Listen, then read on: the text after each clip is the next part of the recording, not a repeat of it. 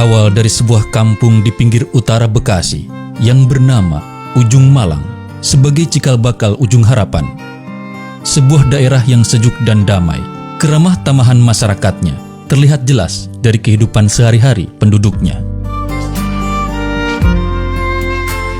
Di antara sekian banyak penduduk yang tinggal di kampung tersebut, terdapat sebuah keluarga yang sangat harmonis, rukun, dan taat beragama.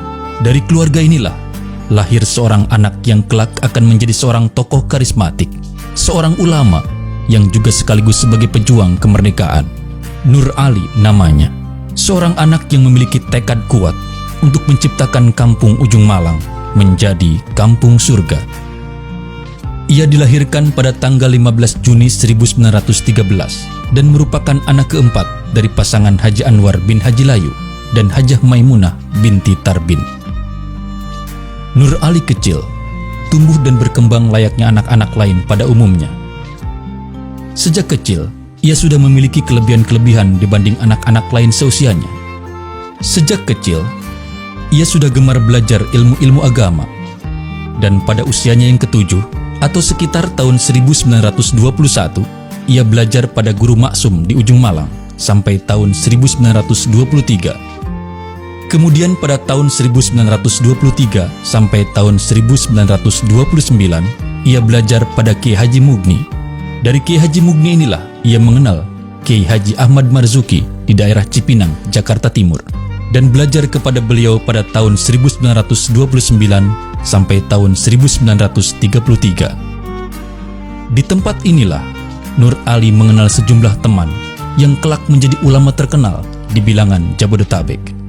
Di antaranya adalah Abdullah Syafi'i, Abdurrahman Sodri, Mukhtar Tobroni, Hasbiallah, dan lain-lain.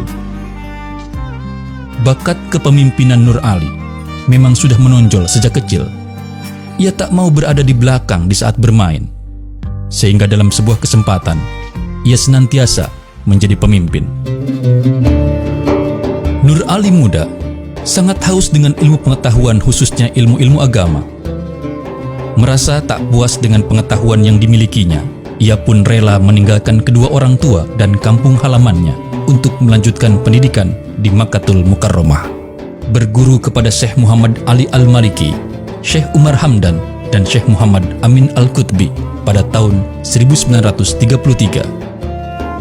Selain itu, ia juga belajar kepada Syekh Abdul Jalil yang mengajarkan ilmu politik kepadanya, dan Syekh Ibnu Arabi yang mengajarkan hadis serta ulumul Quran.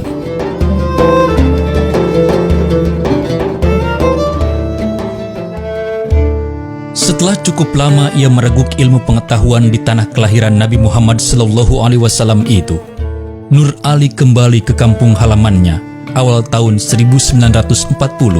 Kemudian ia membuka pengajian di masjid di samping rumahnya.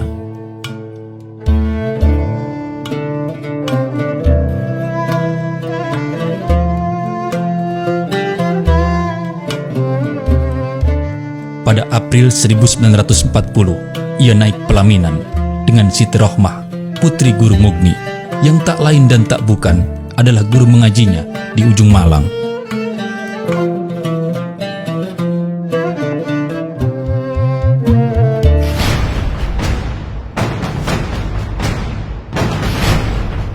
Tak lama kemudian, bala tentara Jepang masuk ke Indonesia.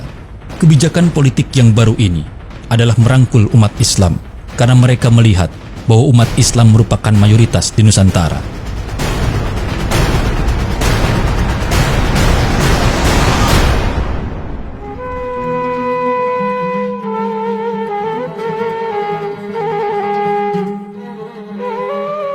Kegiatan pesantren sempat terhenti waktu api revolusi berkobar. Namun usai perang melawan Belanda, pesantren ini didirikan kembali dengan nama Sekolah Rakyat Islam atau SRI Ujung Malang.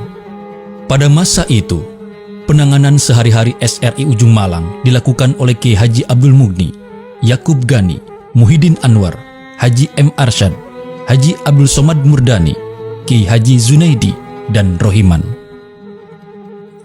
Dalam waktu 2 tahun, SRI Ujung Malang tak mampu menampung jumlah murid yang terus membengkak. Maka para pengurus SRI Ujung Malang memindahkan kegiatan belajar dari rumah Yakub Gani ke masjid yang sekarang menjadi Masjid Al-Baqiyatus Shalihat pada tahun 1952. Para alumni SRI inilah yang kelak menjadi cikal bakal tenaga pengajar di At-Taqwa, seperti Kiai Haji Tajuddin Marzuki, Kiai Haji Ahmad Rosidi HS, dan Kiai Haji Ma'ali Samsudin. Kiai Haji Nur Ali mendirikan Organisasi Sosial Pembangunan Pemeliharaan dan Pertolongan Islam atau P3 Islam Ujung Malang. P3 Islam ini didirikan oleh para tokoh masyarakat Ujung Malang yang diketuai oleh Kiai Haji Nur Ali dan dibantu oleh Kiai Haji Mahmud Maksum, Haji Marzuki Anwar, Haji Mahbub Ma'an, Guru M. Zain Mugni, Jailani As'ari, HM Hasan Latif, dan Haji Romli Gudang, yang pada tahun 1956 berstatus yayasan. Tak ketinggalan, Kiai Haji Nur Ali memerintahkan Kiai Haji Abdurrahman untuk mendirikan pesantren Bahagia di Kampung 200. Selanjutnya, ia mendirikan Madrasah Tsanawiyah atau MTS dan Sekolah Persiapan Madrasah Menengah atau SPMM At-Taqwa. Sedangkan untuk pendidikan putri, pada tahun 1964 didirikan Madrasah Al-Baqiyatus Shalihat. Pada tahun 1986 terjadi perubahan dari Yayasan P3 Islam menjadi Yayasan At-Taqwa. Kemudian Kiai Haji Nur Ali melimpahkan tampuk kepemimpinan Yayasan At-Taqwa ini kepada anaknya, yakni Kiai Haji Muhammad Amin Nur. Namun beliau masih tetap mengajar sambil memberikan bimbingan. Imanun billah, satu ialah beriman pada Allah. Pokoknya beriman pada rukun iman yang 6 perkara itu termasuk pekerjaan yang paling apa? Sebab tanpa iman Islam tidak ada apa-apanya. Salat kita, puasa kita, ya, haji kita, zakat kita, tanpa iman itu nggak ada apa-apa. Baru ada maknanya pekerjaan Islam tadi kalau ada iman pokok. Tapi yang lain tanpa Islam juga nggak ada apa-apa lagi. Orang umpama dia berjuang, berjihad, berjariah, bersedekah, tapi sholat mah kagak, puasa kagak, zakat kagak, haji kagak, itu pun tidak ada maknanya lagi. Akhirnya, ulama besar ini berpulang ke rahmatullah pada tanggal 5 Mei 1991 Masehi, bertepatan pada tanggal 25 Rajab 1412 Hijriah. Dengan meninggalkan beberapa orang anak yang kini berperan aktif dalam membantu perkembangan Yayasan At-Taqwa. Mereka adalah almarhumah Hajah Faridah Nur, Hajah Solihah Nur BA, Kiai Haji Muhammad Amin Nur MA, Hajah Atikoh Nur MA, Hajah Ulfah Nur SAG, Kiai Haji Nurul Anwar LC, Hajah Wardah Nur LC, Hajah Aisyah Nur, Hajah Abidah Nur LC, dan Hajah Mahmudah Nur LC. Kini, sang singa Karawang Bekasi itu telah tiada. Namun perkampungan surga yang dibangunnya masih berdiri tegak di Kampung Ujung Harapan, Bahagia Bekasi. Semoga harapan dan kebahagiaan senantiasa terpancar dari pesantren ini untuk selamanya.